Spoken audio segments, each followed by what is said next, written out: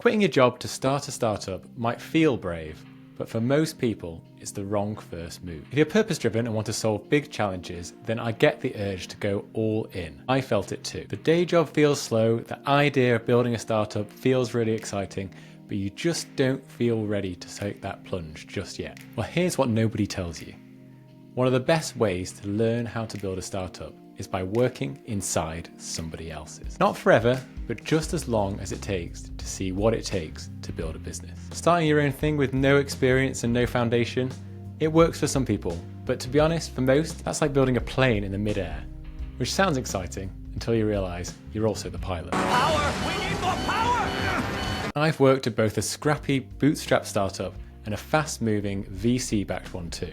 They were totally different and they gave me different skills which I can now apply to building my own business. So in this video, I want to give you some tips about how to choose the right startup to go and work in and start to build that founder momentum. And if you stick around till the end, I'm going to share 3 tips on how to apply for the startup job that you want. Hey, I'm Rob, and if you're new here, I'm an environmental scientist turned ecopreneur who's passionate that building planet-positive businesses is one of the best ways we have of solving the environmental crisis. For the past 5 years, I've interviewed mission-led founders on my podcast Innovate Eco, and I'm now building my own planet-positive business here on this channel called No Longer Known. This channel is for people that want to create businesses that are making a real difference. So if that sounds like you, then do hit that subscribe button and follow along.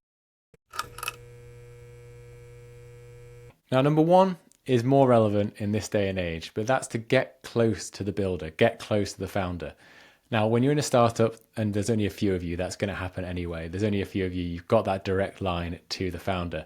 But by this, I mean physically as well. That sounds a bit weird, but in terms of in a more and more remote world, try and go into a city where this company is and go and work at that company in the office. This is actually harder and harder to do now, and a lot of founders themselves actually work from home quite a bit.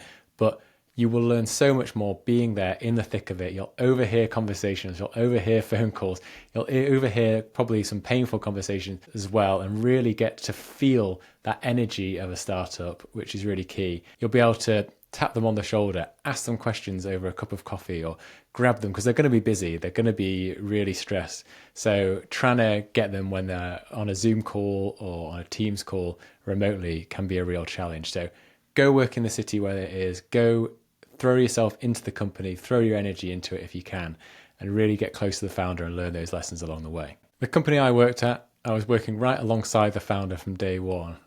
Being in meetings that I probably shouldn't have been at that stage, speaking to really high profile clients that were probably way above my pay grade. It was raw, but it was real, and I learned so much more along the way than I would have done doing a degree or starting my own thing, to be honest. So look for that startup where you can get close to the founder, where you can build alongside them.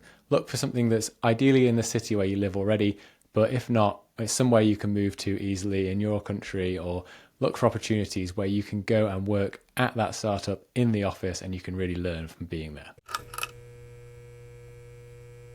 Now, when that bootstrap startup decided that it wasn't going to take on investment and started to plateau, I thought, I want to learn that next lesson. I want to work at a company which takes on some investment and scales quickly in case I end up doing that myself one day too. So ideally, I would say try and find a company that's either looking for investment or has just taken on investment if you can, because that is a really good learning curve. And so many businesses these days, in order to scale quickly and to have the impact that we want, need to take on investment of some sort. It's the only way you can really scale. Some companies have successfully bootstrapped their way to it, but if you're trying to innovate or do something really novel, then you probably are going to have to take on investment. So if you can go to a company which is doing just that, you will learn so much, and how it really is transformational and will completely change the business overnight in terms of what you can do and the impact that they can have.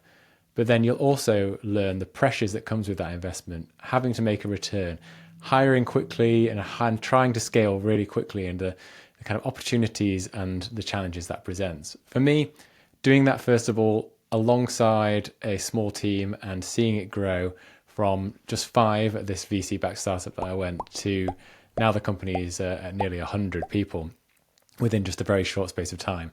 I really saw how that works firsthand, saw how eventually that impacted the founder and the relationships there, and the extra pressure it brought along with those opportunities. So I really found that valuable. I understood what to look for in an investor when I finally do start my own thing, and if I do decide to take on investment. Early on when I was there and they hadn't got that investment, I learned how to do a pitch and how to attract that investment effectively. So loads of different things, and really, really relevant in this world where increasingly investor-backed businesses are the norm. So yeah, that will be my next tip, is to find a company that is trying to get investment or has just got investment, and you can learn those lessons of what to look for and how you can do it yourself eventually. My third recommendation, and the third thing I learned, is to try and find a business with a mission that you really value and that can fuel you. Early on, you want to throw your energy behind it. And if you really want to innovate and tap into that entrepreneurial drive that I know you have, then find something with a mission that you believe in. My first business I went to was, they were just developing this app for surveying trees. It was kind of loosely related to the environment, but I wasn't really passionate about the mission. And a couple of years in, I found that passion starting to wane. Whereas the second business I joined, we were trying to create new nature reserves and get them funded entirely by businesses and kind of tackle the biodiversity crisis, which was something close to my heart.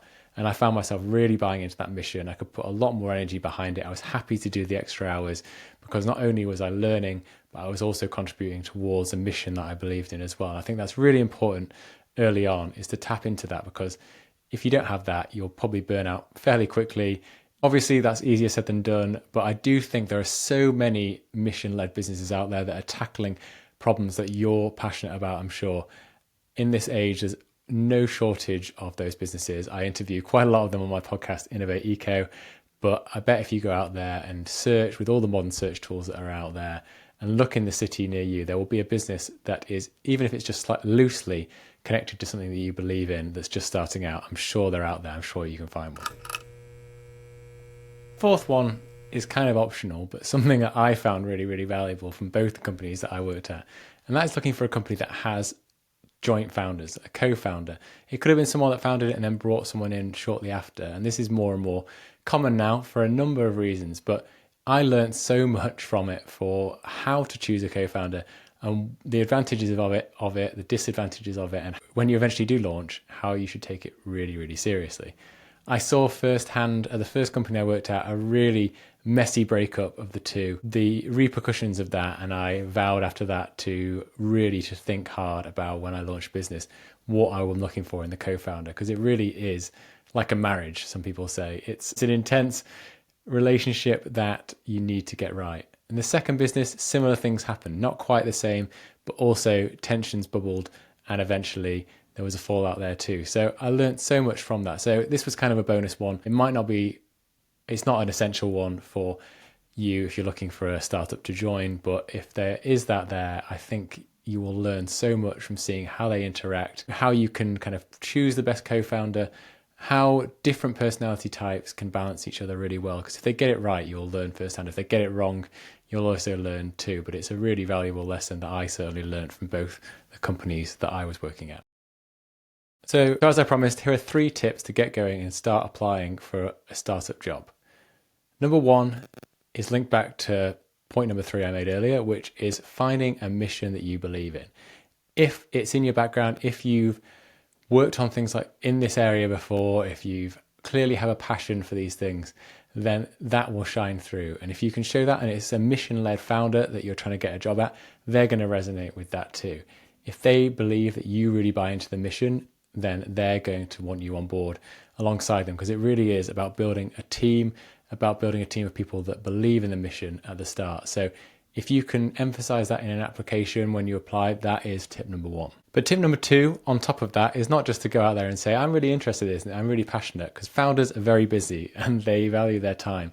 So what can you bring to the job?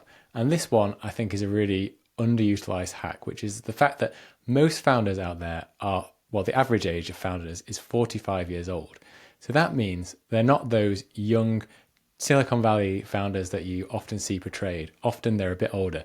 And that means if you're in your 20s or 30s, there's loads of value you can add in terms things that you probably didn't even realize that you knew or you could bring to the table, whether that be your knowledge of social media, of marketing, of younger audiences like yourself, if that's what the brand is trying to target. So think about those things that you can bring. For me, when I joined that first company, I got thrown into redesigning the website because I knew a little bit about that. I got told to set up all the social media channels. The founder at that time really value those skills that I probably didn't even put on my CV. And number 3, if I'm being honest, if it's a pre-funded startup, they probably haven't got loads of resources.